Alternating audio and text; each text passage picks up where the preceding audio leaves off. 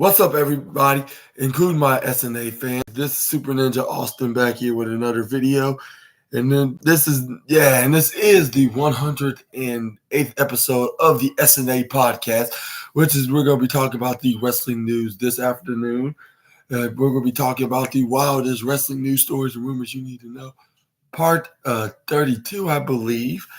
And I'm going to be talking about them on the wrestling news article on Fightful Select.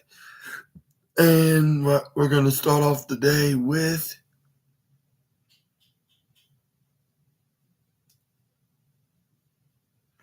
some AEW stuff. With some, I'll say not AEW, I'll say some Sabu news. Now, is he said, I've had the thought of getting the FTW title, then losing it to Hook in my final match. And it says, and according to this AEW / Sabu news now, is Sabu gives a pitch for his final match.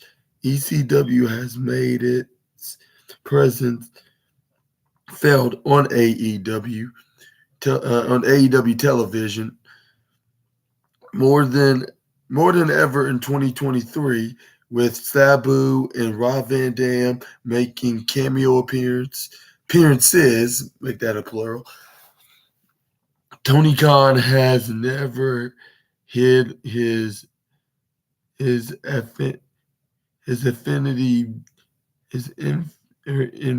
affinity for ECW when he was growing up, and has paid tribute to the promotion by utilizing the FTW Championship, which Taz introduced in ECW and AEW. Hook is the reigning FTW champion and has teamed with Rob Van Dam multiple times this year. Speaking to the match network or title match network, Sabu was asked about Rob Van Dam's appearances in AEW. He said, I thought it was awesome. Would have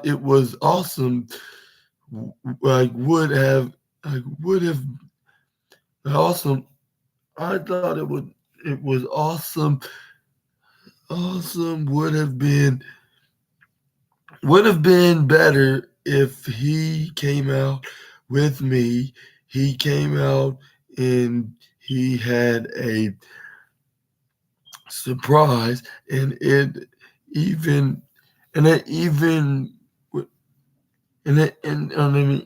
ended with all of us. I wanted him to win the FTW belt. Give it to me, and then in my final match, I lose it back to Hook. I didn't say it. What he said,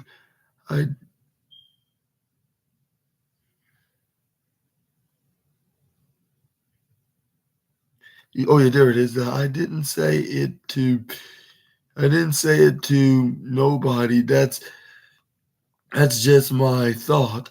I like Hook. He's a good guy, a good kid, very respectful, needs to gain some weight, of course, and experienced, but I think he has a good future. It would be my pleasure to help him, he said.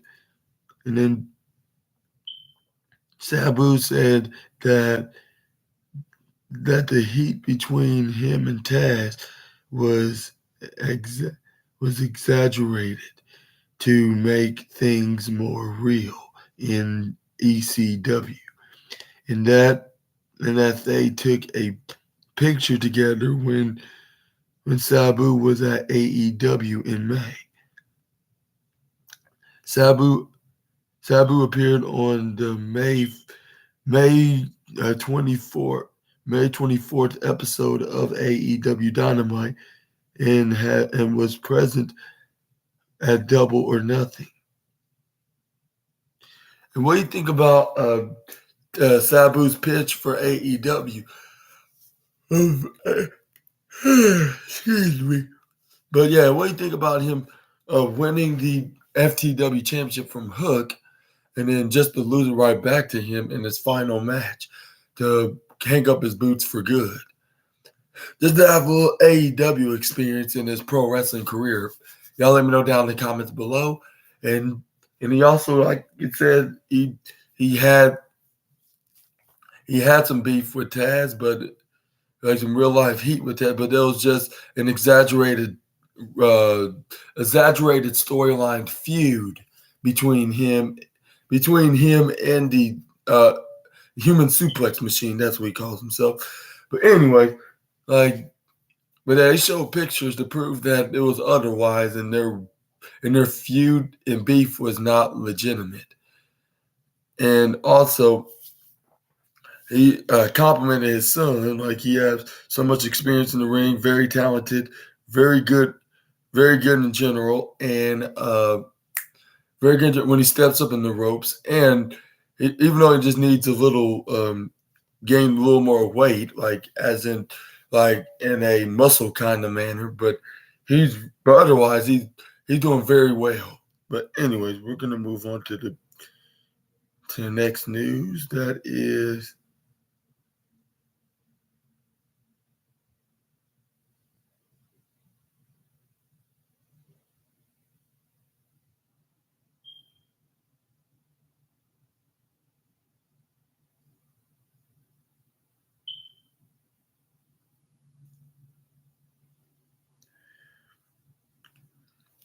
Okay, this article's taking forever.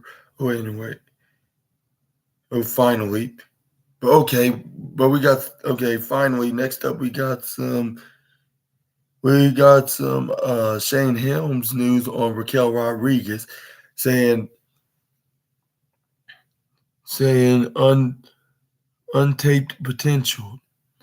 That's what he described the former NXT Women's Champion. I don't know what he mean by that. Well, I'm about to see what exactly he means.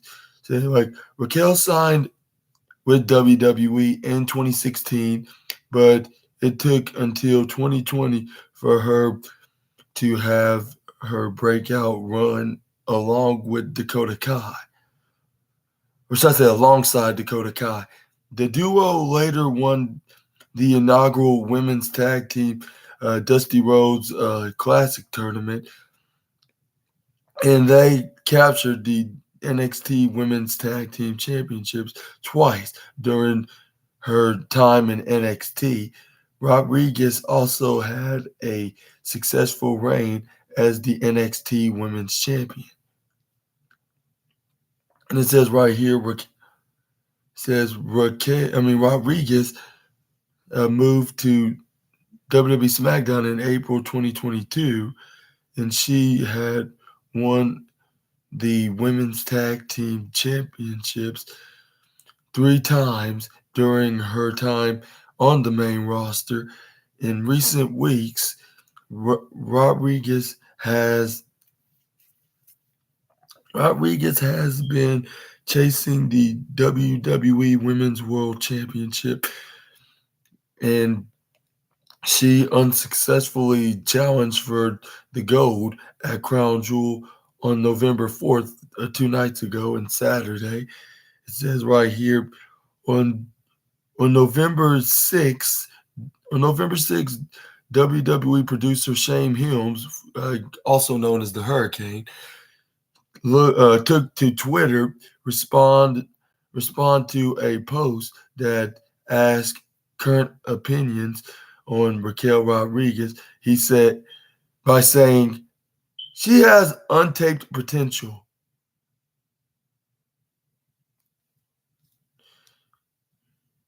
And then this is where and then Rodriguez recently said she would love to be part of the LWO. Check, and then but it'll probably be brought up on another news article. But here's a post from Shane Helms of saying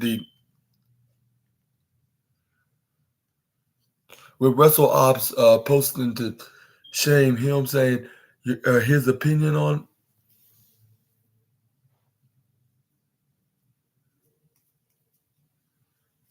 He said his birthday. They asked, I believe they probably asked him for his personal opinion, but this is what he described the former NXT Women's Champion. Damn, it's the picture. Hopefully y'all found it. I would recommend you to pause this video where it like I'll say around 10:50, like the time like 10 minutes and 50 something seconds, like around 50 something. I'll recommend you guys to to pause the video to see it where he says waste potential. But anyways, we're gonna move on to the next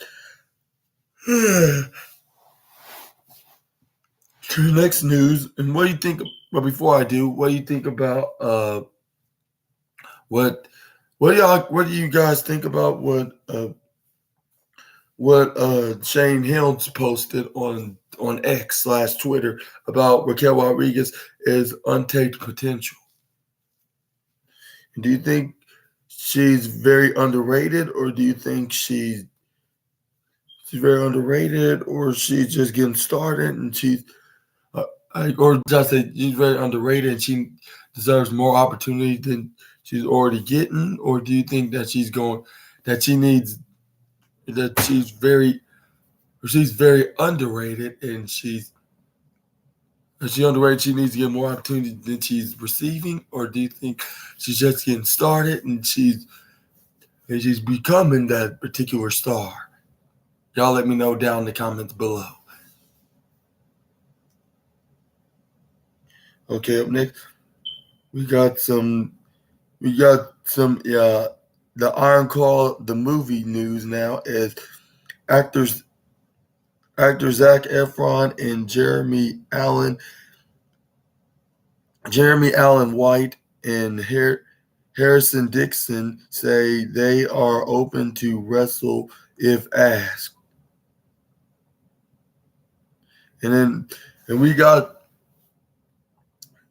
then it says from the ability to get in the ring for real. And it says right here, according to this article, it says on December 22nd of this year, Iron Claw, the story of the Von Erich family, will premiere in theaters. The Von Erichs were positioned as a wrestling industry, but ended up being one of the most tragic stories in wrestling history. Zac Efron playing as Kevin Von Erich,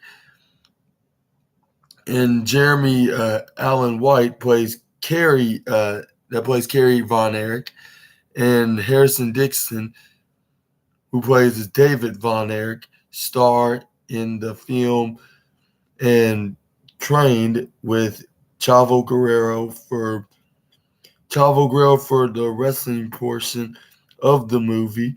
And speaking to EW, the three were asked if they'd ever stepped into the ring for real, and they said, "Oh, I would jump in." It says White replied, Jeremy Allen White, of course, immediately.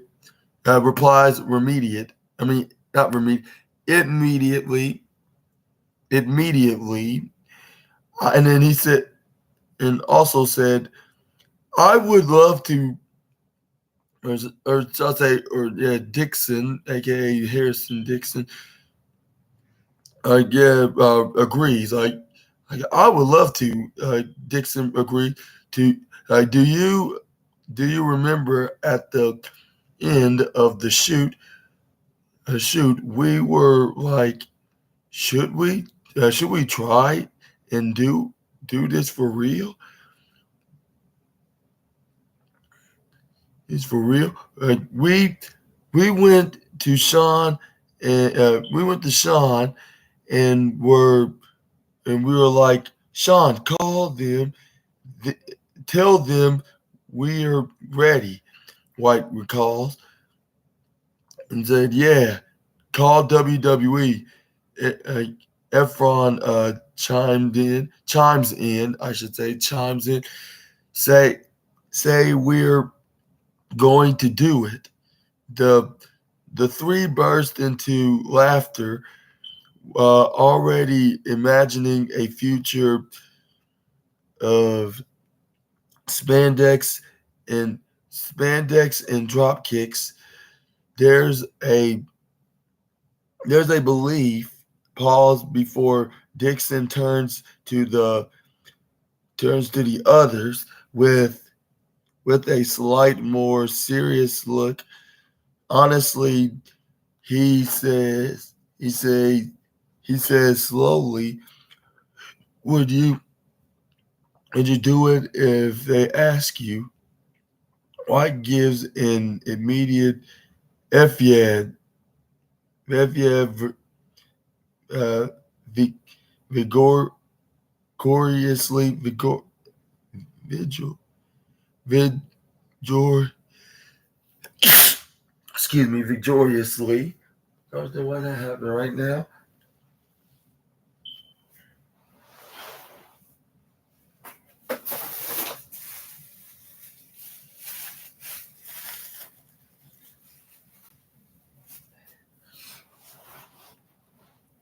Anyways, I think where was I? Oh yeah, vigor, vigorously, no, not nodding his head, and he and Dixon then looked at Efron, who stopped to consider and grins only if all you guys were there.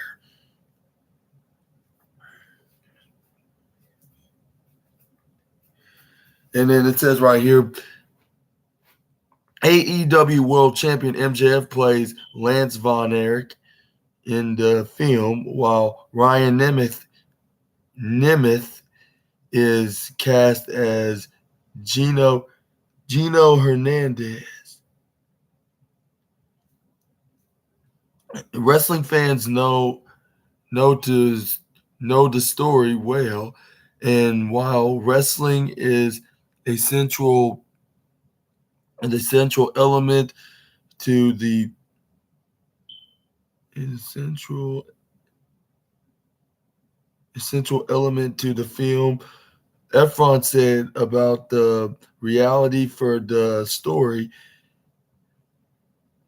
saying it just doesn't seem like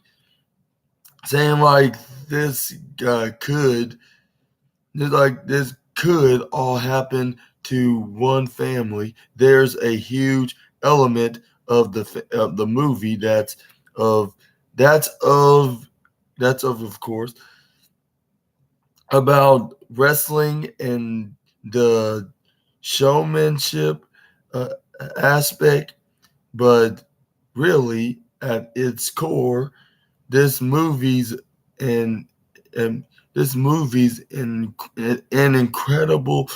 incredible story about family, love, loss, loss, and ultimately the triumphant of a man who tries to break the cycle of this crazy curse. What do you think about the cast that plays the Von Erich brothers, which is Zac Efron, Jeremy Allen White, and Harrison Dixon? Yeah, I believe so. What do you think about them considering literally be getting inside the squared circle? Whether like when they're training, like whether if they get an offer from WWE or their arch rival AEW, just like their casting, just like their castmate, their other castmate that's currently holding their world championship, but he could possibly go to World Wrestling Entertainment. Y'all let me know down in the comments below, and let me know down in the comments below what y'all think, and also I hope you guys will be planning on watching the Iron Claw movie. I'm thinking about considering watching it on the $5 Tuesday special, like on the $5 Tuesday special, like when it's like that time, even though it is in December, but I would love to see it when it first come out of theaters. Oh, excuse me. I would love to see it on the $5 Tuesday special when it comes out directly on the movie theaters, of course. And like on the Tuesday at my local Regal movie theaters, of course. But anyways, yeah. Y'all let me know if y'all see it yourselves as well in the comment section right down below. I'd like to see this because as a wrestling fan, I would probably enjoy it. Like, because genuinely I watch wrestling like 6 times a week, like on wrestling shows, like 3 shows from WWE, 3 shows from AEW. So why would not watch this Von Erich movie? Yeah, even though the Von Erich's been out for like decades ago, like almost like darn near like half a century ago. Like, so why, like the Von Erichs, they've been wrestling from since then, but it's gonna be telling the story about it, like when they were inside the ring and outside the ring, and how they got into the wrestling business in the first place. And then we're gonna see some recognizable names like Zac Efron and possibly Jeremy Allen White and uh and Harris Dixon. I call him Harrison Harris Dixon. But anyways, we're gonna see them. And then we're gonna see the current AEW World Champion being on the movie, MJF. Playing the role as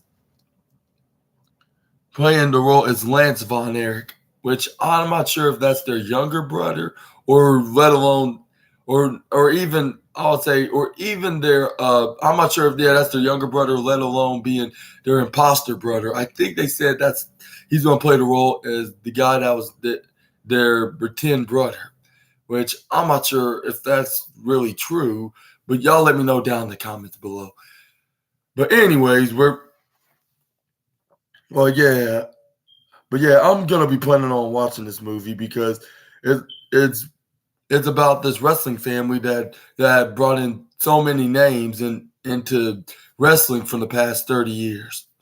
Like one of them being particularly The Undertaker. Like of getting his big break in the world of pro wrestling in the squared circle. But yeah, y'all let me know down in the comments below. We're gonna probably talk about more of this like soon enough in a later on date. But we're gonna move on to the next news now, and Fightful's news article is getting very slow, or it could be just my phone. But when I go to like Sportskeeda, Ringside News, and even Wrestle Talk and what's that, Wrestling Inc., it doesn't even be this slow. But finally, it's back to the other articles. And we got some Corey Graves news now, that of him saying he would love to work with CM Punk. And he said I never had any issues with him. Right, that's a Corey Graves. No, that's a Chavo Guerrero. My bad. And we got some Chavo news now. That never gets old. But anyways, never had any issues with CM Punk. And he said during CM Punk's rise to stardom in WWE, he was one of the top stars on the ECW brand. He remember.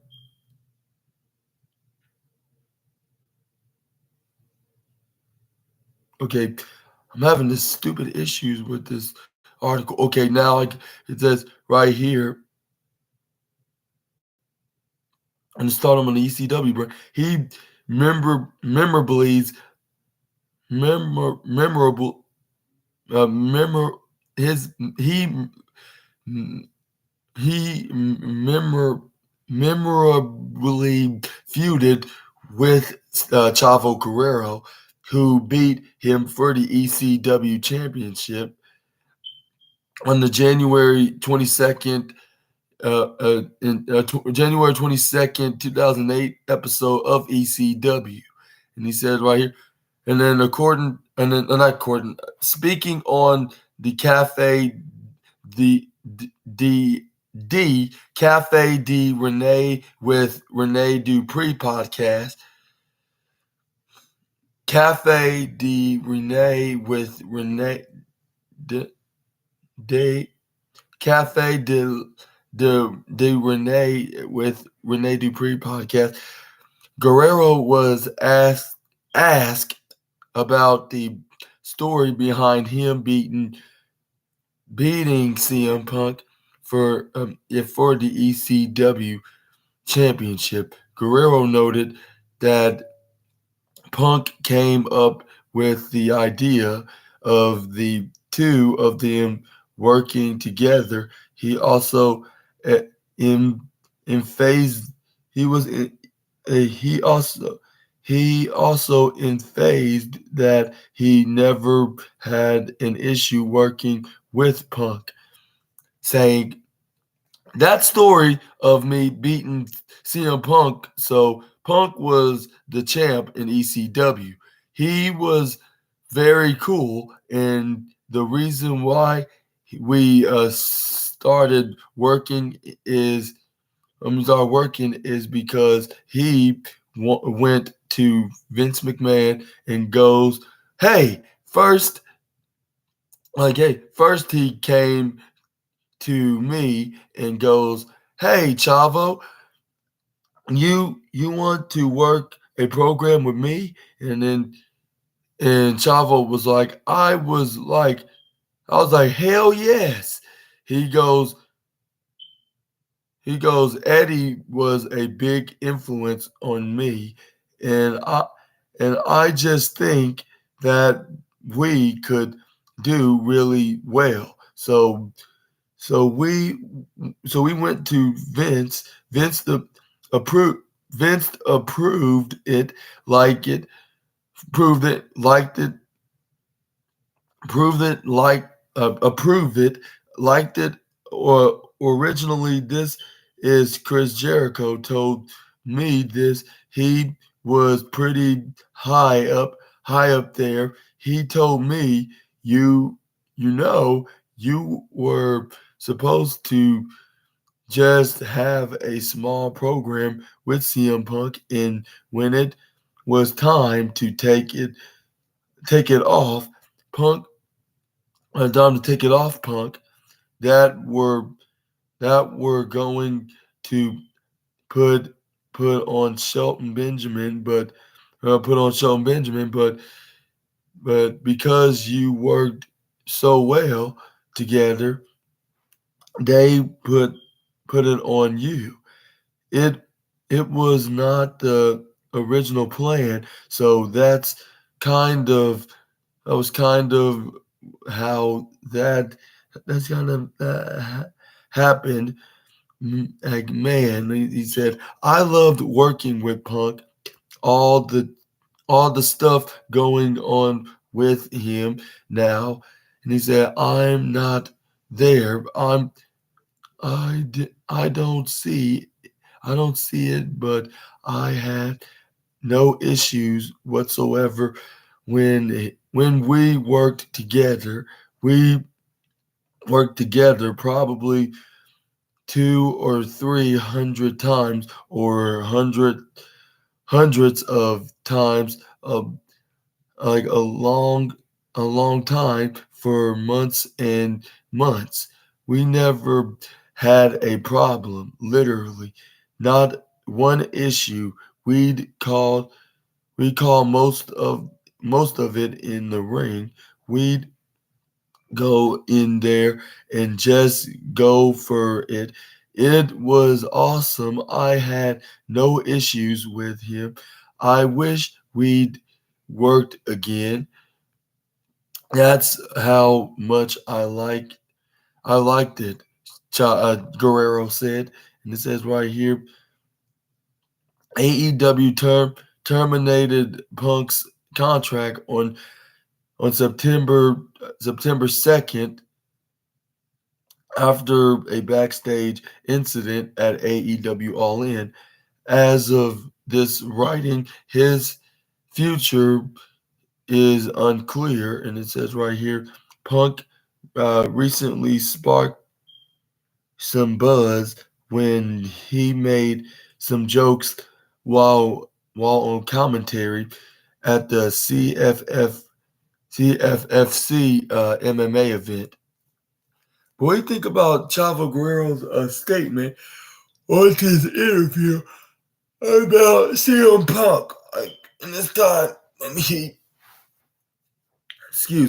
when he was when he beat him for the ECW championship back in January 2008, January 22nd to be the exact, in 2008.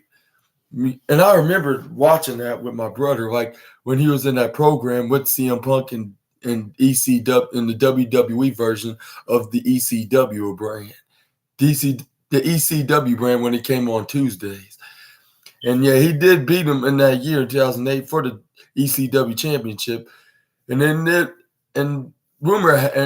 rumor, but it was not even a rumor, but according to Chavo's interview with Rene Dupree, like he also noted that like it was CM Punk's idea for him to drop for him to dethrone him, and then the original plan was supposed to be Shelton Benjamin, because he was just arriving to WWE's ECW brand, and also and he was supposed to dethrone CM Punk like later on that year in 2008, which I remember he arrived in the ECW around that time of the year.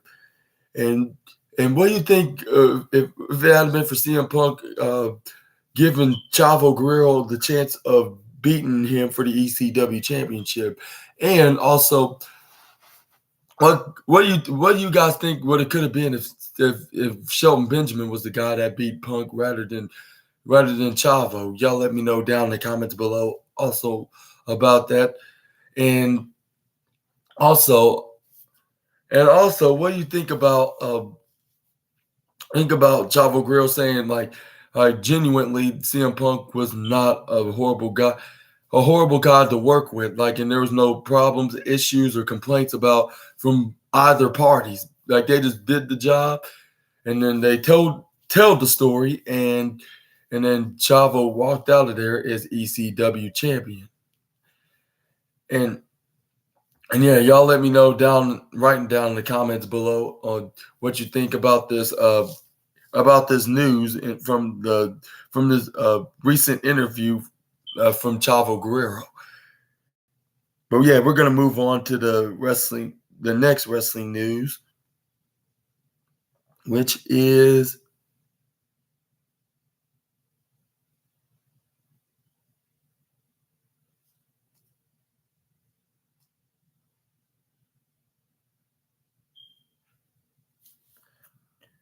we got some Ric Flair news.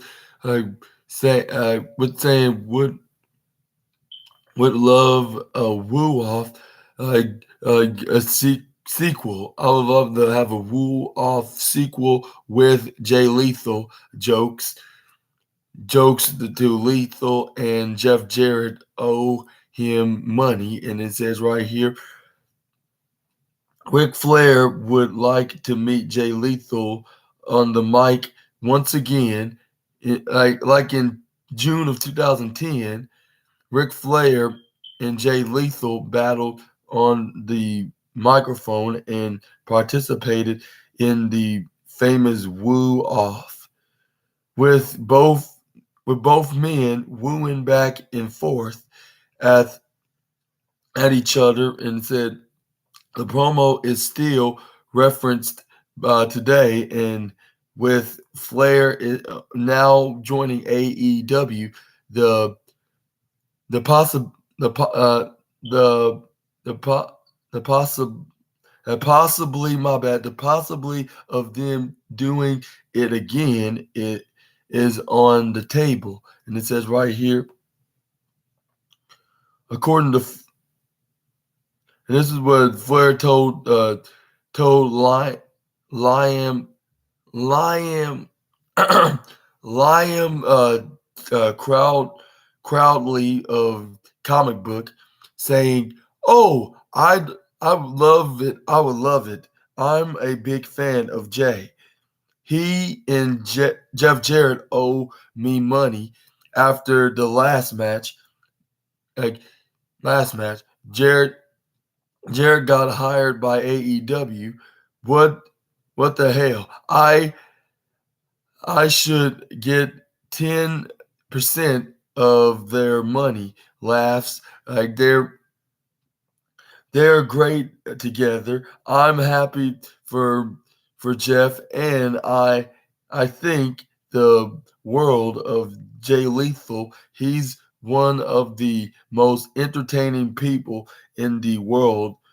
He he can do me and I he can do me and I. No, but he said right here he can.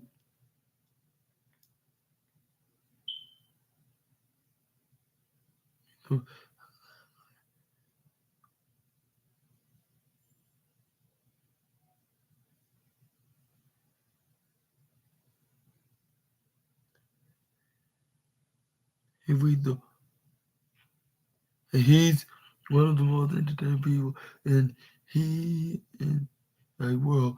He can do me do me in. he can he can do me and Macho Man Randy Savage better than he could do. He can do ourselves, I should say. He can do an impersonation of. He can do an impersonation of me and Macho Man Randy Savage better than we can do ourselves. Flair teamed with Andrade El Idolo, which is his son-in-law, to face off against Jeff Jarrett and Jay Lethal. In Flair's advertising last match, Jarrett signed with AEW later in the year. I remember that because the night before he faced Ric Flair teaming with Jay Lethal against him and his son-in-law Andrade El Idolo. Like the night before, he was the special guest referee for the undisputed WWE Tag Team Championships at SummerSlam, which it was the Usos within their titles. A uh, double color strap titles against the Street Profits, which they successfully defended with Jay Lethal. Not Jay Lethal. Jeff Jarrett was a special guest referee at the time. But yeah,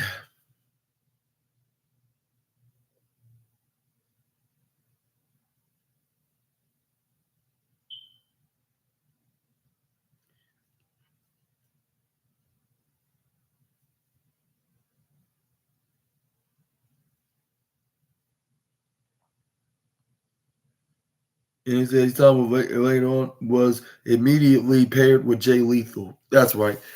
But yeah, but yeah. And then it says right here, speaking about the woo off, Flair said, "I'm not uh uh refer- a re rehearse a rehearse. I'm not a rehearsed guy. I got I got to hear the crowd. You got to remember we're at Universal Studios, right? We're at the Universal Studios, right? I'm I mean it's not like you're in a hometown crowd. Like you're not going to get the expected reaction. There's people that are buying a ticket like anything else, like anything else to go to an event. It was great, and I just think the world of Jay. On top of that, he's what one of he is one of the most at the underestimated performers in the business. Like he's really good. Flair, it says right here, Flair signed a multi-year deal with AEW and Thursday, November 2nd, bringing his energy drink with him as an official sponsor. But what do you think about Ric Flair's comment about of him being like since he's on AEW? Yoka, Yoka said he's gonna do a woo off. He wants to do a woo off with Jay Lethal because he's one of the most greatest talents in or the greatest in entertaining. I would say not greatest. I'm not sure if I should use that term. I would say he described Jay Lethal as the most entertaining and one of the most like best in entertaining men in all of the world of professional wrestling, and him doing a whoop, and he can even impersonate him and Macho Man Randy Savage more better than they can do it combined, and from a decade ago, and also he and then also oh yeah, like Ric Flair also mentioned that both Jay Lethal and Jeff Jarrett owes him money, like owes him money. I'm not sure if it's a joke or not. But he said in a joking way, like said that was so funny. Like even if he was your uncle or your grandpa saying this joke, like he would still make it work because he's so entertainingly hilarious in general. Like he will have you dying with laughter and falling out of your chairs. But yeah, hopefully Jeff Jarrett and Jay Lethal hopefully Jeff Jarrett and Jay Lethal knows that, and they're going to be planning on returning that favor for him. and also hopefully that this turns into a storyline, and say like when I wrestled my last ever match, like I faced you two clowns and with my son-in-law, and we won the match. So we kind of had a deal, had a bet or whatever. He could turn this into some kind of a storyline in AEW. That'll be even more entertaining with him being a on-screen character with Sting and all. Like, of course, like which we'll probably will see him in the match. I'm not sure when that'll be. It could be with Sting, like being his final match, of course. But until then, we're probably gonna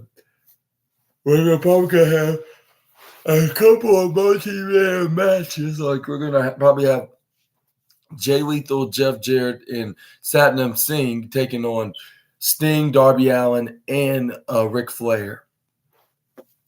But yeah, we're only time will tell for that. Like, and what do you think about all this with Ric Flair and all, and like, well, in y'all's opinions? Let me know down in the comments below. We're gonna move on to the next wrestling news. Now is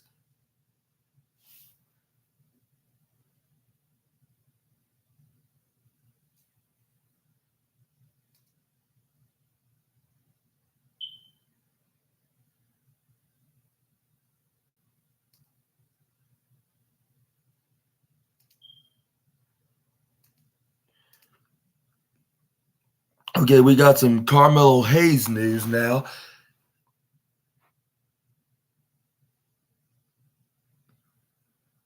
Says October 10th,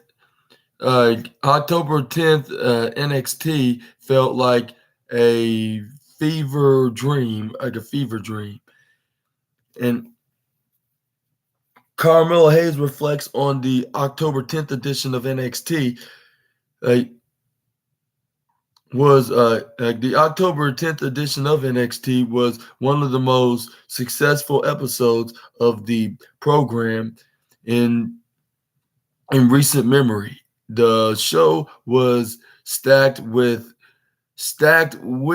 talent and featured legends such as John Cena and The Undertaker appearing on the program. And it says right here, one man who was featured prominently on the show was Carmelo Hayes, who won a number one contenders match to decide who will face Ilya Dragunov at Halloween Havoc Night 2, the for the NXT Championship. At the end at the end of the show, as Carmelo Hayes was was on the back end of a beatdown when the American Badass would make his way to the ring to make the save. After the show went off the air, the the two men would do the WWE Hall of Famer signature pose together. While speaking to Chris Van Vliet, Hayes noted that the October 10th edition of NXT felt like a fever dream. He said, "It was like a dream. It was like a fever dream." And like it's funny, a lot of people kept hitting me up the the day after, and you know that that night it was like I almost couldn't believe that it happened, but there was that moment where you're like, look, I'm in a pro, and I'm gonna be in this moment, and I understand the assignment. I remember there was a moment where uh I was a little kid, and I'm like, shoot, this is freaking cool, man. This is really cool. The the whole thing with Taker at the end, I didn't know that was gonna happen. I just didn't know what to do. I just kind of was like, let me just walk back with him, and he walked me through the whole thing with the pose and everything. I was just sitting there like a kid, and I remember walking back through. I was like, that was so freaking cool. He just patted me on the back, but it was a great moment. Just experience, and something I will never forget. And it said Hayes would go on go one-on-one with Ilya Dragunov at Halloween Havoc Night 2 from last Tuesday's Night 2 edition of NXT Halloween Havoc, and where he would unsuccessfully challenge for the championship. He previously lost to Dragunov back in NXT No Mercy back in November. Carmelo Hayes would end up losing the title challenge, and he was confronted by Trick Williams after the match. And what do you think about Carmelo Hayes? And what do you think about Carmelo Hayes? What do you think about Carmelo Hayes' reaction about him explaining his reaction to the October 10th episode of NXT, when it was the same day it was Dynamite was on, because the MLB playoffs was on, and there was no other way for them to put on the excuse me. It's really on Tuesday, because the whole the Wednesday card was very, very booked, was unavailably booked, and the Undertaker. And then it looked like they were going to go when NXT was putting on to face them in this Tuesday night special, like with John Cena, the Undertaker, and even Cody Rhodes is the special guest general manager. And what do you think about Carmelo Hayes not expecting the American Badass Undertaker to make an appearance onto at the end of the night of that particular night a month ago? And I even talked about that on my NXT review. Make sure y'all check that out. That's on October 10th, I believe, which is it's going to be called the Tuesday Night War special or edition of NXT, along with AEW Dynamite, of course. But yeah, y'all let me know right down in the comment section right down below. I'm going to move on to the next wrestling news now, as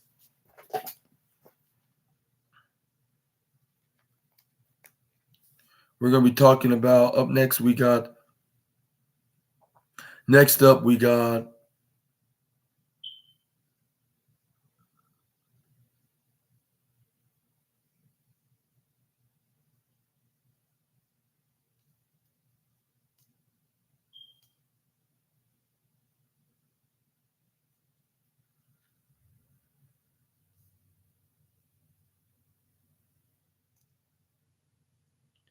we got some Miro news now, as he's saying, I am an easygoing guy. I can have sex with have sex anywhere. Like, ew. Like, hopefully I did not say that very uncomfortably, because it just made me feel uncomfortable just reading it. But anyways, it says right here, according to Gamiro, can have sex anywhere, even at a tank, which we already knew about that from a recent interview from a couple of years ago. And it says throughout his time in AEW, Miro has often talked about his hot and flexible wife, who was later confirmed to be CJ Perry when she debuted at AEW All Out 2023. And it says, right, speaking on Hey, which is known as EW, Miro talks about his sex life, which I'm not sure if I should even talk about this right now. But I guess as a professional, I'll say I'm not even a professional yet, but we're trying to be a professional journalist. I'm probably going to have to do this regardless, because just to talk about the wildest wrestling news stories and rumors, like, you remember, this is Miro's word, not Super Ninja Austin's word, because even if Super Ninja Austin was in a happily marriage relationship, I would not put out those particular personal but nothing talk about anything that personal personal life, about my personal life, I should say. Yeah, that's what I should say. Like, I wouldn't talk anything about my personal life when it comes to that category, of course.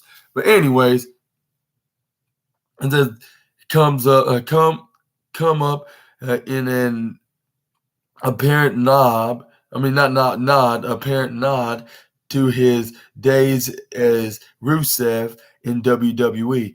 Host like and like RJ City asked Miro whether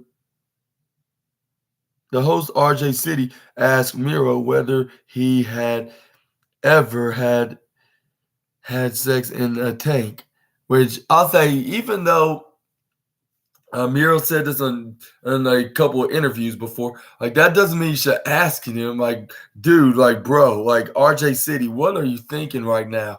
Like, no disrespect, like, but why are you asking Miro his personal life on this interview? Like, you should ask him anything but that. Like, anything that has him to do in his time in WWE or in AEW. That's your job as the journalist and journalist online, of course. Like, not trying to ask him more something that's way too personal than that. Like, even if I guess it's way too personal, even if I guess it's even worse than asking him negative parts about his run in WWE. But anyways, I was like, I'm gonna talk about that in just a moment. But with Miro saying, "You ever have sex in a tank?" Like that's what he said to Miro, and Miro laughs like he's like, once, and then RJ City replied, if I had sex in a tank, then I would always want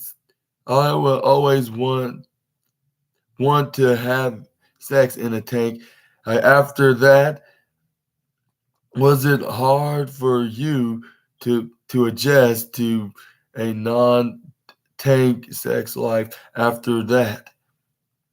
Miro replied, "I'm an easygoing guy. I can sex everywhere, anywhere." Like, okay, I'm not sure if I should talk about this anymore, but I'll say, luckily,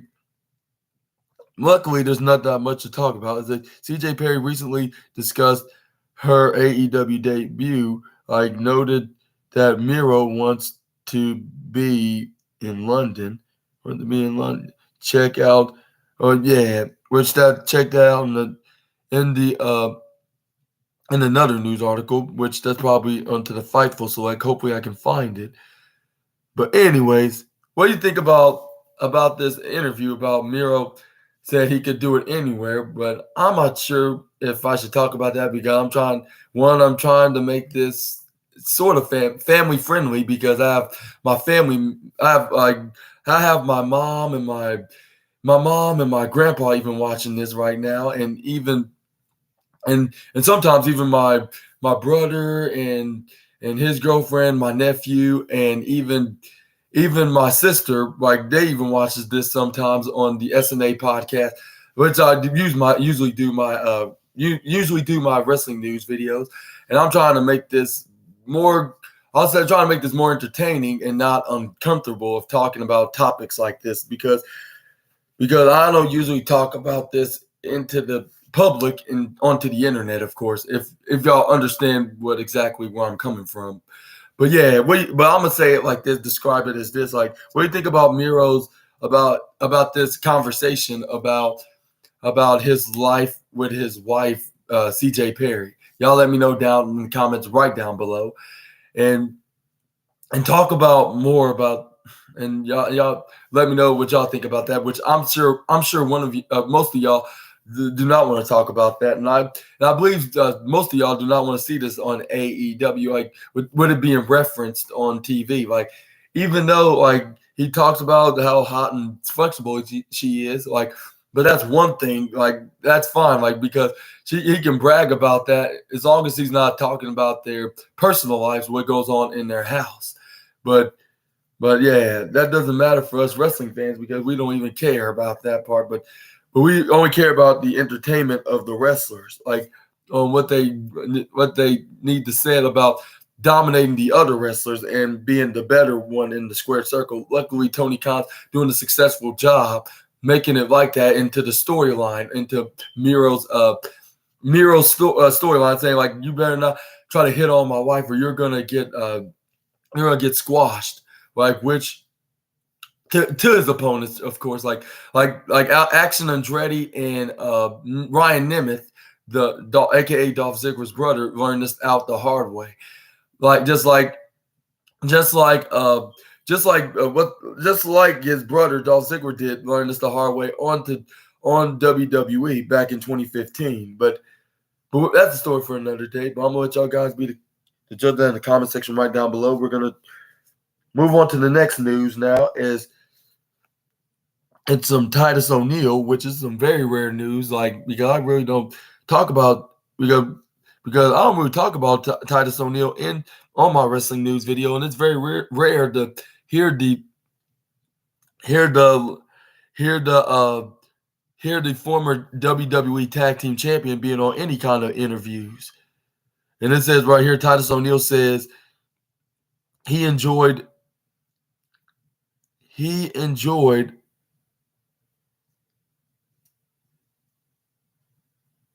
said Titus O'Neil enjoyed. It says he enjoyed doing commentary. And say can do whatever is needed of him in WWE. Titus O'Neil has filled many roles during his time in WWE, serving as a wrestler, manager, brand ambassador, and more. During WrestleMania weekend, Titus showed off his commentary chops, joining Michael Cole and Corey Graves for select matches, I should say, on both nights of action. Titus was on the call for night one during the Street Profits.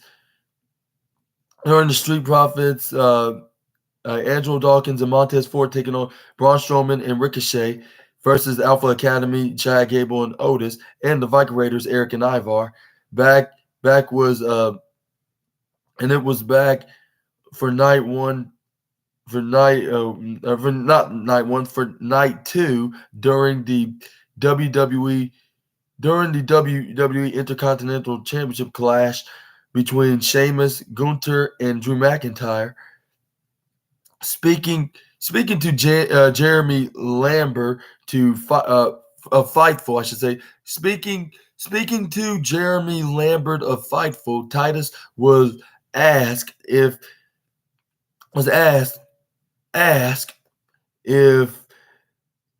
if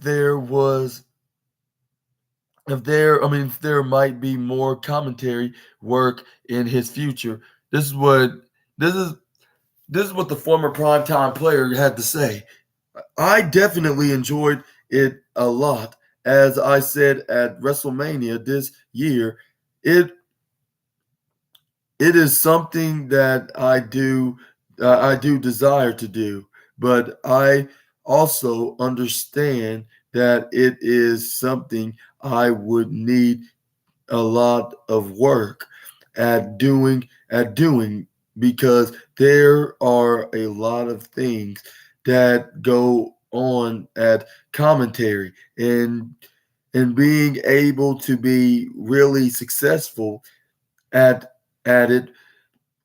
I don't want to do anything that I'm not going to be successful and contribute to the product. I know that at the appreciated at the appreciate I mean at the no appropriate not appreciated.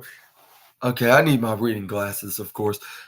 I really do need my reading glasses because some of these words are blurry. But anyways, says right here contribute product an appropriate time at any time. I can do commentary. I can do whatever is needed of me to do. I think they know that too. They know that too. We talk about it through certain things around, because at the end of the day, it's all about timing and what fits at the right time. Needs to trust me when it's the right time. Whatever opportunity I'm graced with it, I'm going to kill it and have a lot of fun with it, as I have done the done the done in the past, said Titus. It is unknown when Titus will return on television, or what role he may occupy, who who have occupied, who have occupied elsewhere. During the interview, Titus picked current stars he would want in a Titus Worldwide reboot. And what do you think about having a Titus reboot? And also, what do you think about his opinions of being a commentator, and when there's a WWE role into the company? When there's a WWE role into the company, my bad about the scratching, just a little itchy. But anyways, what do you think about about any WWE role, whether if it's like in an in-ring competitor, a manager, or even a WWE ambassador or commentator, like which he was like, hopefully I'll get more opportunities as a commentator. Do you think he will in the foreseeable future, or do you think he's going to continue to be a ambassador for WWE? Y'all let me know down in the comments below, and also, and who would be as a member of the Titus Worldwide reboot. Also, let me know down below on that. I'll say one of them would definitely be Apollo Crews. Unfortunately, we won't see a Dana Brooke because she has been released from 2 months ago from the merger of TKO Group Holdings. And also, we could see Akira Tozawa, but that's only if they would want to put him into the rebooted version of the group. But yeah, only time will tell to see if that will ever happen. But yeah, I remember he was a commentator. He was the special guest commentator for Night 2's WrestleMania in that tag team showcase match with Braun Strowman and Ricochet and the Street Profits and Alpha Academy and the Viking Raiders, which the Street Profits won that match on Night 2. And yeah, I hope he does get some kind of a future commentary role, because he's very enthusiastic when it comes to action in the ring. Like more than Booker T, more than Pat McAfee has ever been in commentary combined.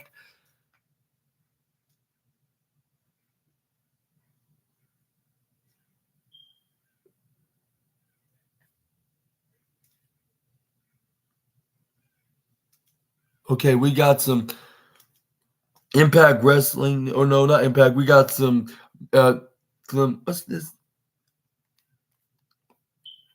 We got some Major League Wrestling news now, this is a rare one, because it's talking about the World Tag Team Championship ladder match signed for Major League Wrestling Fightland. And it says right here, a big championship bout has been signed for Major League Wrestling Fightland. And it says the bout will see the see the calling of Akira, Akira and Ricky Shane Page, I should say, Shane Page, defend their MLW World Tag Team Championships against Second Gear Crew.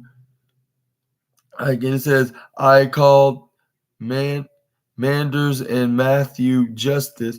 Take Matthew Justice in a ladder match, and it says right here, the Second Gear Crew have been engaged in a feud with the calling for a vast majority of 2023 as they come become number one contenders to the MLW World Tag Team Championships back in August. Manders and Justice then challenged Page and Akira for the belts on the November 2nd episode of Major League Wrestling Fusion, but that bout ended in a no contest. Fans learn more about the championship match below. It says right here from Major League Wrestling today announced that a ladder match for the World Tag Team Championships, the calling Ricky Shane Page and Akira versus Second Gear Crew. One called one called Manders and Matthew Justice at and Matthew Justice at Major League Fightland live and exclusively on Fight TV Saturday, November 18th at Philadelphia's 2300 Arena. Grab tickets at MOW2300.com. And the 2300 Arena box office tickets start at $15. Not bad. If I had a chance of watching a wrestling event, I probably would go get the tickets right now. And it says the bloody war between the calling and the Second Gear Crew reaches its climax at Fightland Live and exclusively on Fight TV Plus. Sign up for your subscription sign up for your subscription now. Enjoy a free 7-day trial.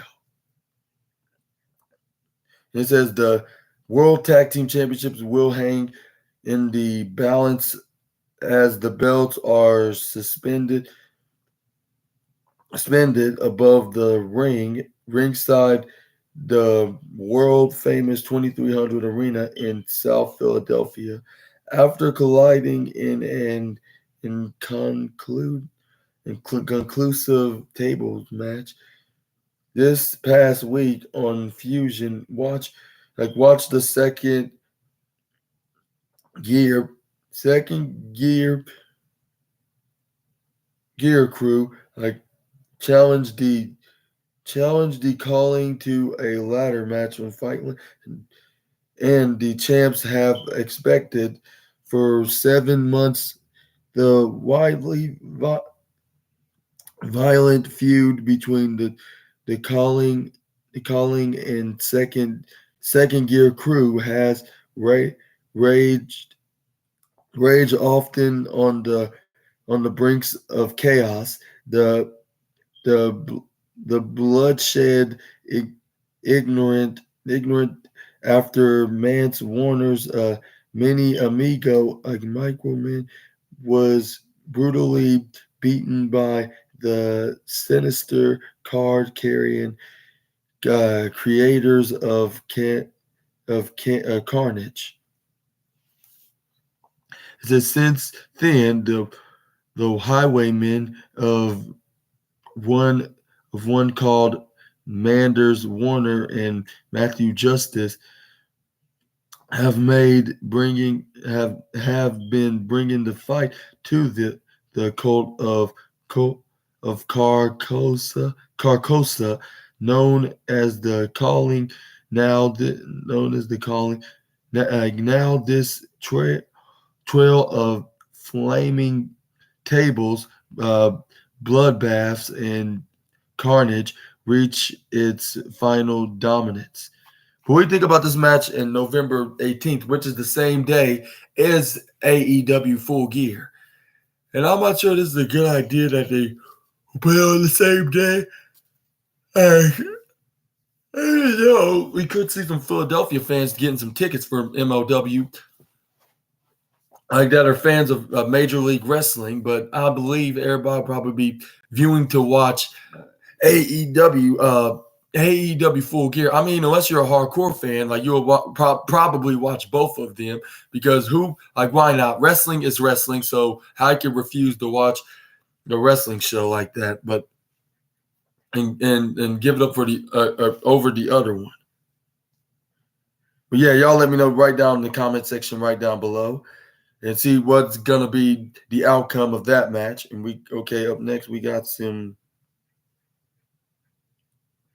Konosuke Takeshita news now, as he says he had choice of AEW or WWE, wouldn't be where he is today without AEW.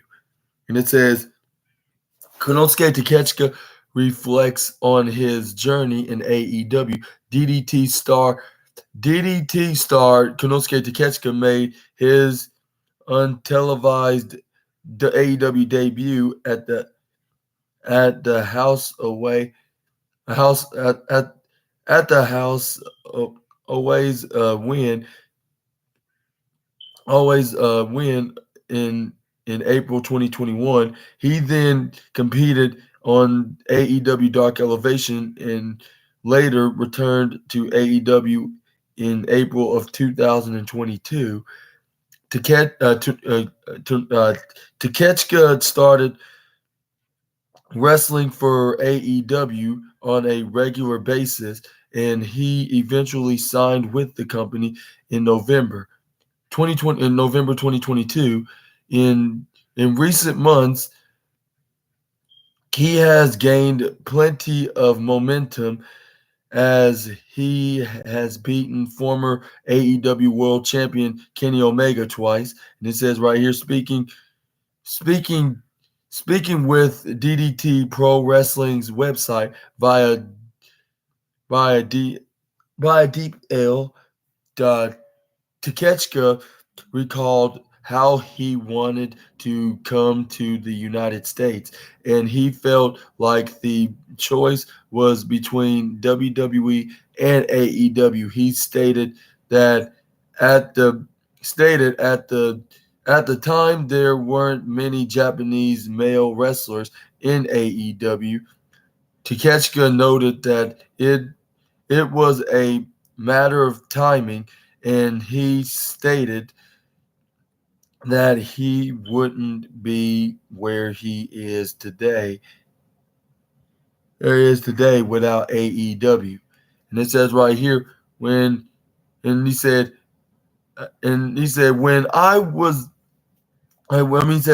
lost the KOD belt to Tensoya Indo, I should say, Tosoya Indo at Ryogoku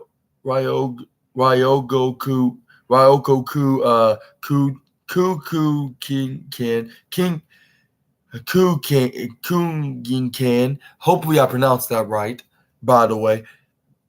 Last March, I said this is the second chapter of Konosuke Takeshita's career.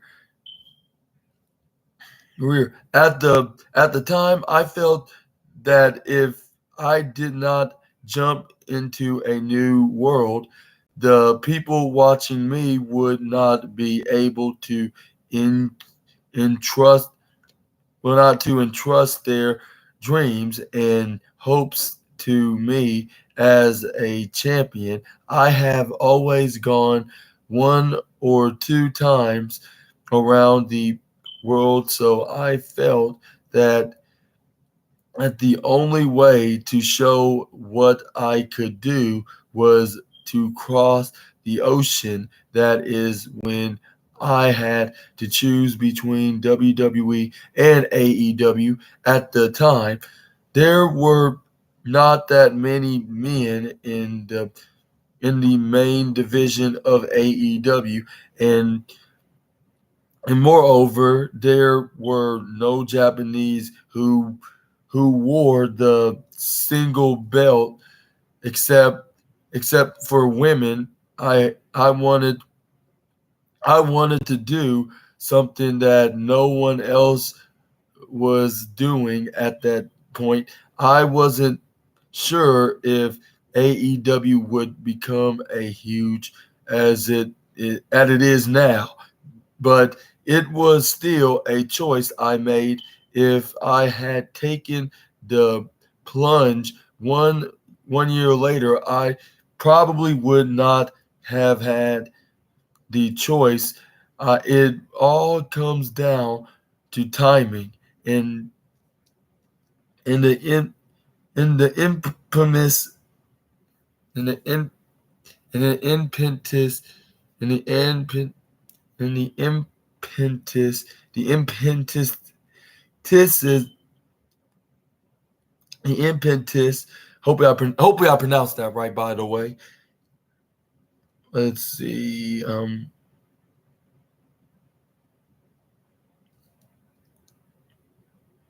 For me to join AEW come at the end of 2021 when the COVID-19 pandemic made it impossible for Japanese professional wrestling to make its voice heard.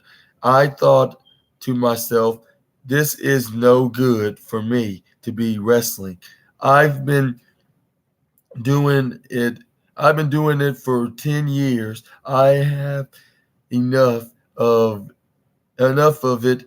I went to the US because I wanted to give it one last try, and I think that may have been my destiny. I would not be where I am today without AEW, which guided me in DDT, which sent me here. So the best way for me to repay them would be to fight Chris Jericho, which will be realized as a result Takeshka said, and it says Takeshka remains featured in AEW as he is a member of the Don Callis family alongside powerhouse Will Hobbs, Will Ospreay, Sammy Guevara, and Kyle Fletcher. Takeshka will face Jericho at DDT Pro Wrestling Ultimate Party 2023 on November 12th. The Don Callis family will face Chris Jericho, Kenny Omega, and Kota Ibushi, and No More BS Paul White on the November 5th episode of AEW Dynamite. And what do you think about Konosuke Takeshita's journey into the United States side of his pro wrestling career? And do you think he made the best decision? Y'all let me know down in the comments below. And I think he probably did, because he was like one of the first ever male Japanese pro wrestlers to ever sign with AEW.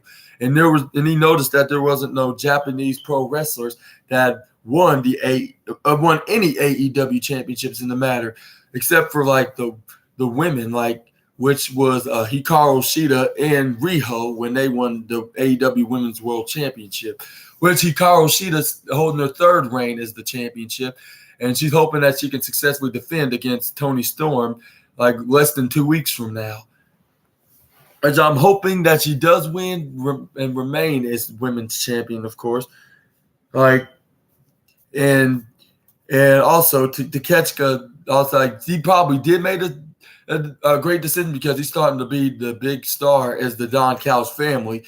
And on to the Don Callis, the Don Callis family on AEW, and it looks like he could be holding any kind of AEW championship, like in the foreseeable future, like whether if it be in the AEW International or TNT Championship, like the International Championship to represent Japan, or even the TNT Championship by winning the championship and being and holding the championship and making it more prestigious, or even holding the AEW World Championship, being the first ever Japanese wrestler. But I mean, he got plenty of opportunity to be the first ever Japanese wrestler to go for any championship and be the first ever championship of. I think he should be holding all the win all the championships and being the first ever Japanese male wrestler to do so.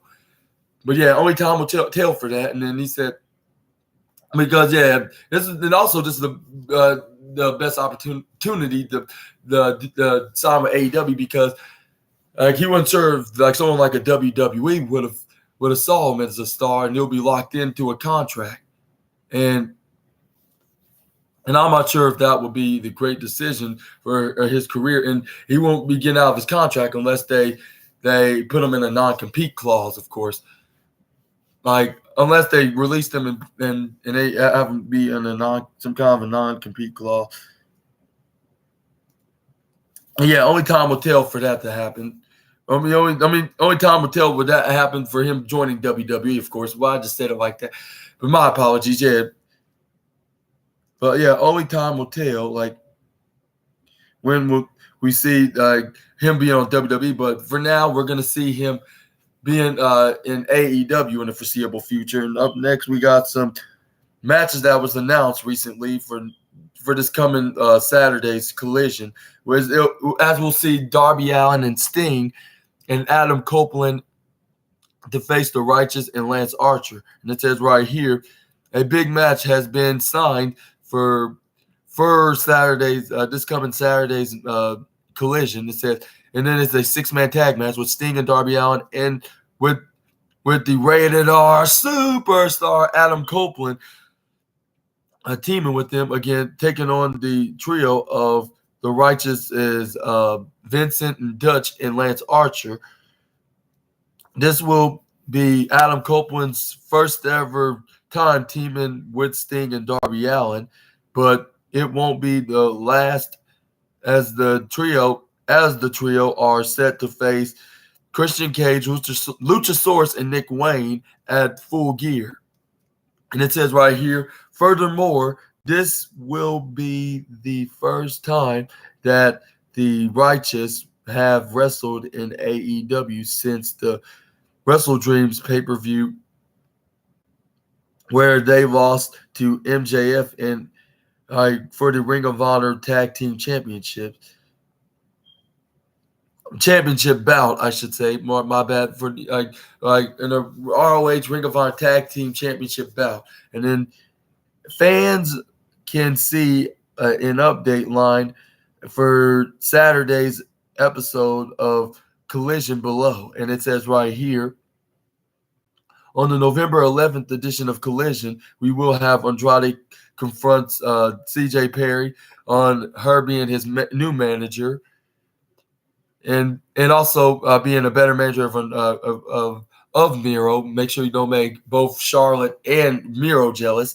But anyways, Sting and Darby Allin and Adam Copeland taking on the Righteous, Dutch and Vincent and Lance Archer. Like, Fightful will continue to keep you up to date on there's any more updates on segments and matches. There's 2 that's been announced. And I'll give you 5 seconds to look at it. And if you need more time, I'll recommend you pause this video. But yeah, it's been announced that those two have been announced for it's coming Wednesday on Dynamite. And I kind of figured that will happen because he got laid out by Lance Archer when Jake the Snake Roberts announced that they're going to be added to this group. I mean, they're going to be added to this alliance, I should say. That Vincent and Dutch are added to the alliance with Lance Archer and him. Like, into this trios faction, and I figured that Sting and Adam Copeland are going to team with Darby Allin to take on what's his name, to take on the Righteous and Lance Archer. But yeah, and it says like, in the meantime, not says, like, my bad, I'm looking at the wrong thing. Like, yeah, but anyways, we're gonna move on to the next news now. What you thought about that, y'all? Let me know down in the comments below. And what you think? What's the next matches? Y'all also let me know. But anyways, we got some Ric Flair on Paul Heyman's comments news now, as about Bobby Heenan being dead. Got heat with him. I mean, he said got heat with the Nature Boy, I believe. Or, oh yeah, I guess, yeah. This is some Ric Flair news now. It says right here, Paul Heyman has heat with Ric Flair in the lead up to SummerSlam. Like, Paul Heyman and Roman Reigns appeared on ESPN to promote the show. During the interview, Stefan A. Smith asked Paul Heyman if he thought he was a better manager than Bobby Heenan, and this is what the special counsel had to say to the matter, saying, "I'm the GOAT. Screw Bobby Heenan. He's dead. Jimmy Hart is still alive," which proves God doesn't answer my prayers, said Paul Heyman. Well, I cannot say that. I would never say, like I would say, I don't know about that when it comes to my belief in Christianity. But anyways, if he thought he was a better manager than Bobby Heenan, or not, but I mean, like my person said, Paul Heyman, those comments didn't go over well with Ric Flair. And it says right here, I know, it said, I know, dangerously Heyman. No, dangerously, which he's referring to Heyman, was being funny on TV, but he was on First Take, and Stefan A goes, "What did you think of Bobby Heenan?" Goes, "Oh, he's dead. Like, who cares?" Like, everybody goes, "That's to get heat. It got heat with me." That answer is, yeah, he's the greatest of all time. It didn't get over with me at all. He's just going at a heel, be a heel on me. Don't say something stupid about somebody who is the greatest of all time, said on the Wrestling Observer Radio. Heenan and Flair often worked together in WWE and WCW. Elsewhere during this interview, Ric Flair revealed he signed a 2-year deal with AEW. 2-year deal, and that's really good for the Nature Boy, and that'll probably keep him onto AEW until 2025, probably towards the end of 2025. And what do you think about that? And also, what do you think about his opinion on Paul Heyman jokingly saying Bobby Heenan is dead, and he does not take that very well? Like, which that would probably get you a lot of criticism in the world of professional wrestling if you talk about like a legendary wrestler or a legendary wrestling manager being dead. Like that will give you a whole lot of heat, like literally, like not only in kayfabe but in reality too. So that would be the best. My best recommendation is not talk about how dead is a wrestler or a wrestling manager is. My best lay off that for a while. For those heels out there, for those heel wrestlers and all over wrestling, I would say do not say that unless you're trying to get hated genuinely. Like, other than that, I don't think you should be talking about somebody dead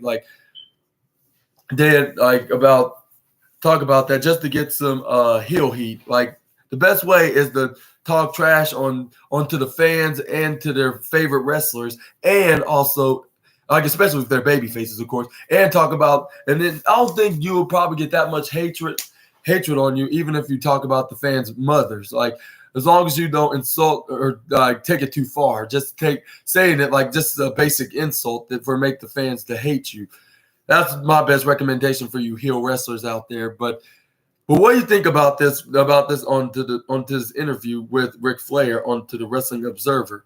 Y'all let me know down in the comments below. Like, which I would agree. Like, I don't think he should have been saying that onto the ESPN interview with Stephon A. Smith, like from Paul Heyman. Like when him and Roman Reigns was in that interview, I'll say Paul Heyman is the most entertaining and best wrestling managers in all of professional wrestling.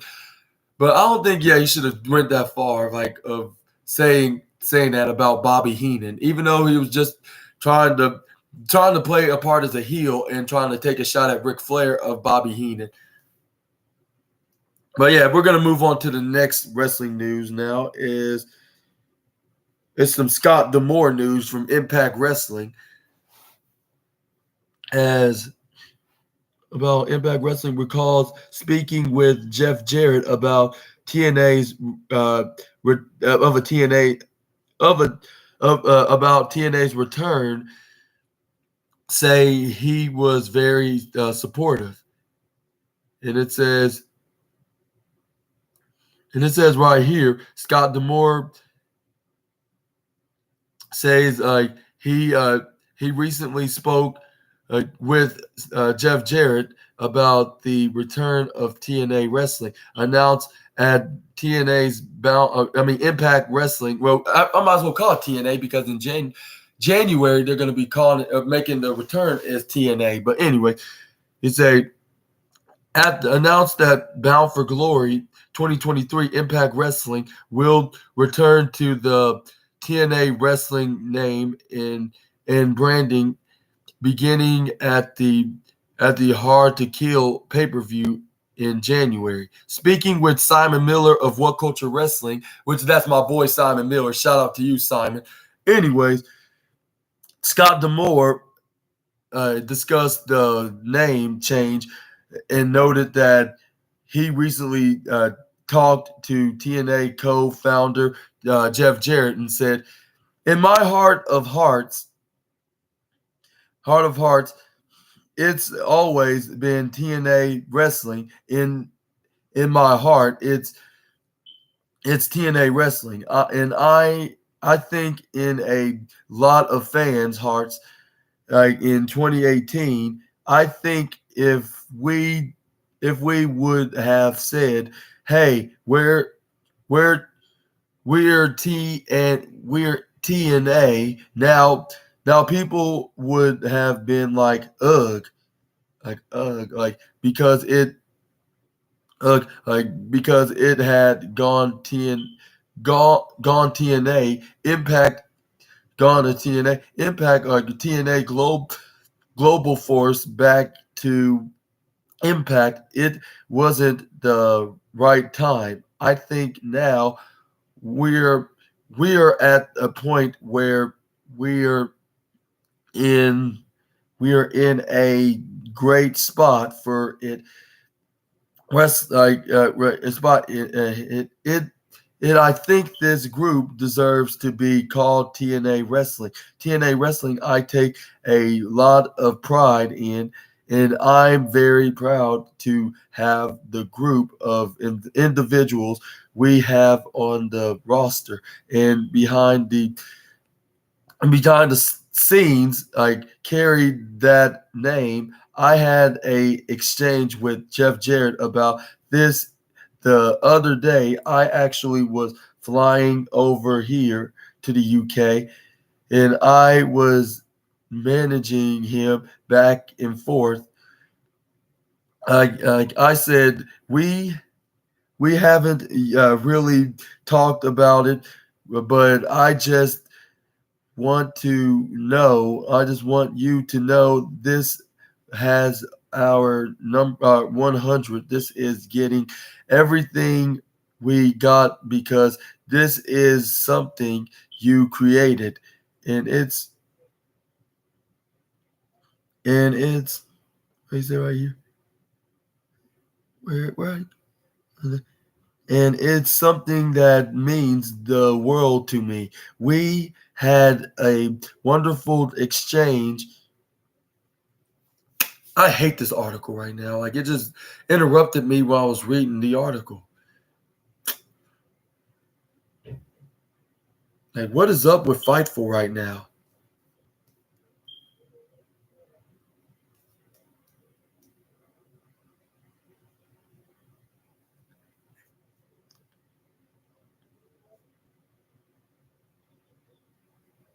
Be like, well,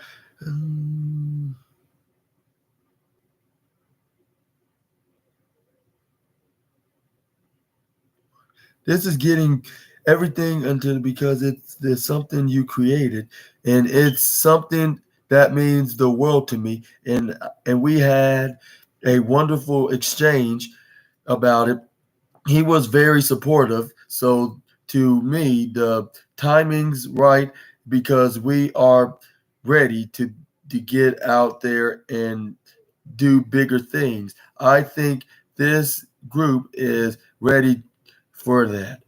Demore said, Demore said, and Demore continued by describing how members of the roster and fans alike are excited about the change. He explained that he believes fans have wanted to cheer TNA, but they have not not out of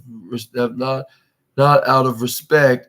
Now that TNA is coming back, Demore stated that the company essentially told these fans to go wild and said, I think that when you see the effect that it was people the people in our locker room in the Trey Miguel's and the Josh Alexanders, and you see a guy like Will Ospreay who's excited about it.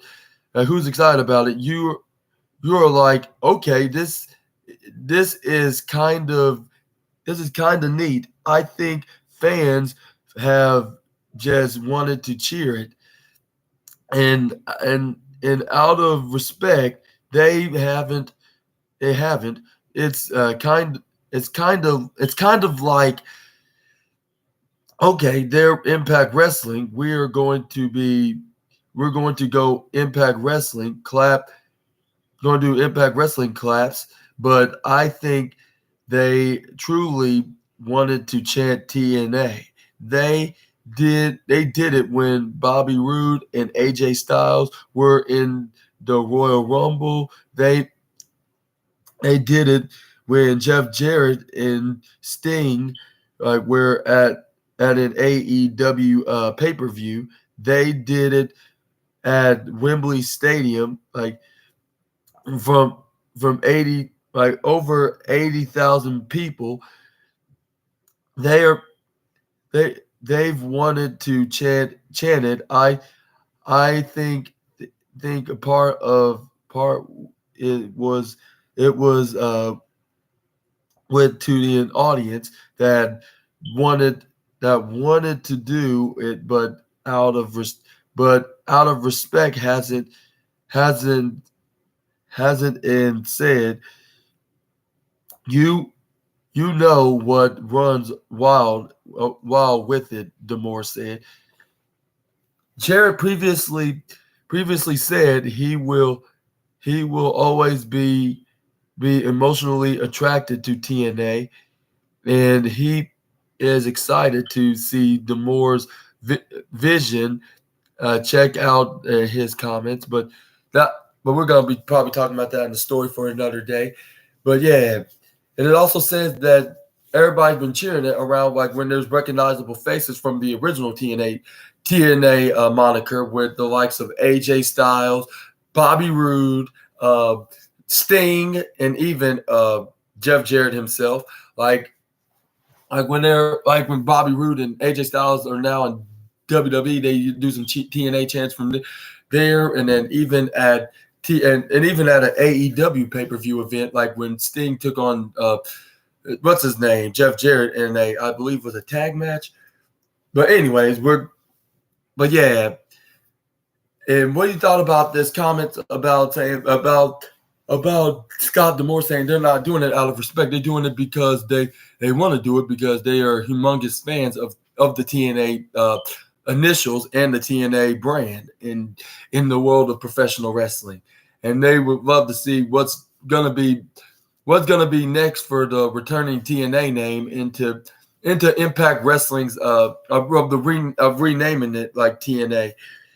Y'all let me know down in the comments below. And once again, a shout out to my boy Simon Miller with that interview with Scott D'Amore, like him interviewing Scott D'Amore, courtesy to the What Culture Wrestling community, of course, in London, England, of course.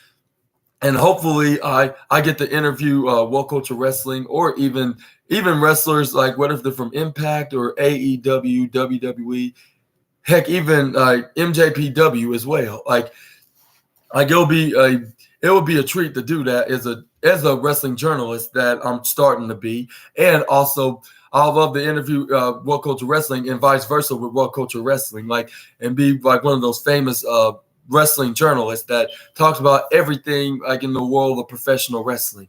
But anyways, and are y'all hyped of Impact Wrestling going back as their TNA initials again, or do you think that it's not going to do any favors for the Impact Wrestling promotion? Y'all let me know down in the comments below.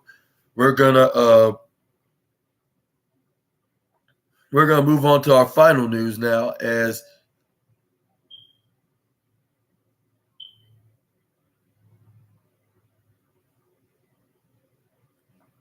then some Drew McIntyre news. Okay, yeah, we got some Drew McIntyre news now.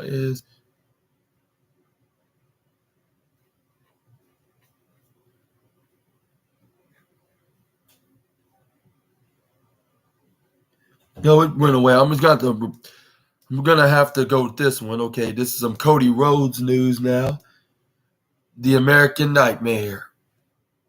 Hey, Cody Rhodes saying you grew up waiting, you grow up wanting to play quarterback, but experiencing it is almost out of body. And it says Cody Rhodes, the top draft pick for Monday Night Raw, has found a role that fits, of course, in the WWE draft. WWE Raw selected Cody Rhodes where they first picked and after SmackDown took Roman Reigns, Solo Sikoa, and Paul Heyman the first overall. Since his move to the Red brand, Rhodes has feuded with Brock Lesnar and even captured the undisputed WWE Tag Team Championship with Jey Uso. He is coming off a big win at Crown Jewel, where he defeated Damian Priest.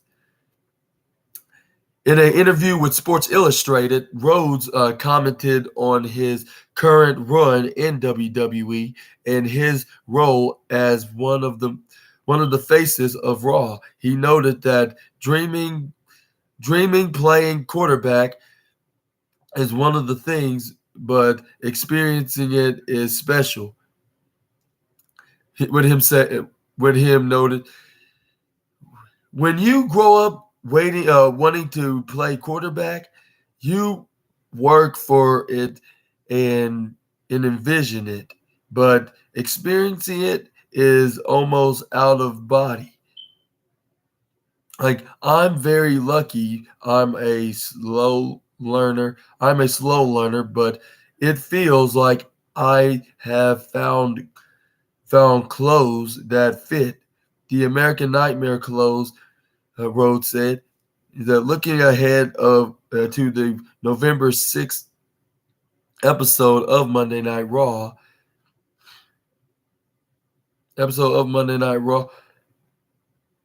pointed out his status as the Red Brand's top draft pick and encouraged any fans who fell away from WWE to check out what all the fuss is about. And it says right here, I wouldn't miss it.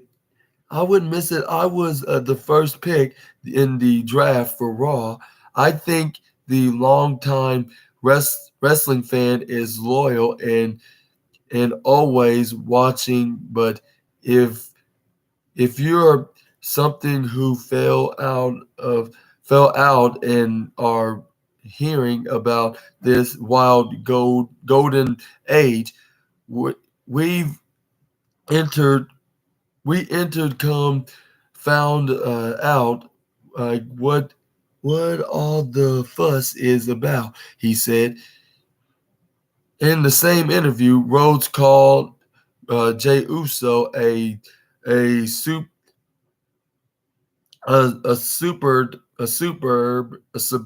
teammate, a superb teammate, and noted that he'd had to ask him what inning they're in, checking out his comments. But what do you think about Cody Rhodes, like about this opinion about him dreaming of his desires to be, like, of using the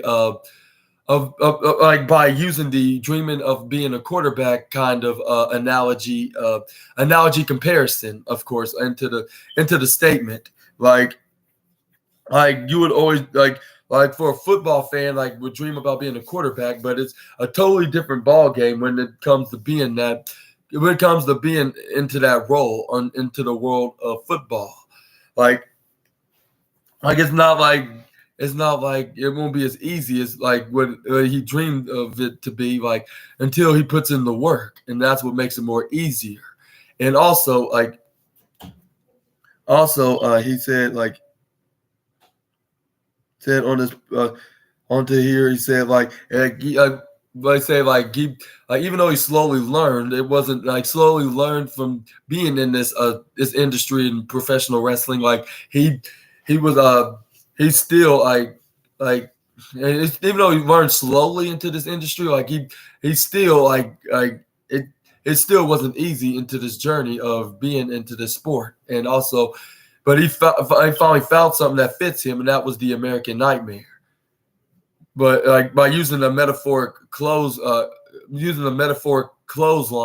of doing it, of course, and not the move clothesline, like a line that has a metaphoric statement of him comparing it. It fits right through like a pair of clothes, like a shirt, pants, jacket, like anything in the matter.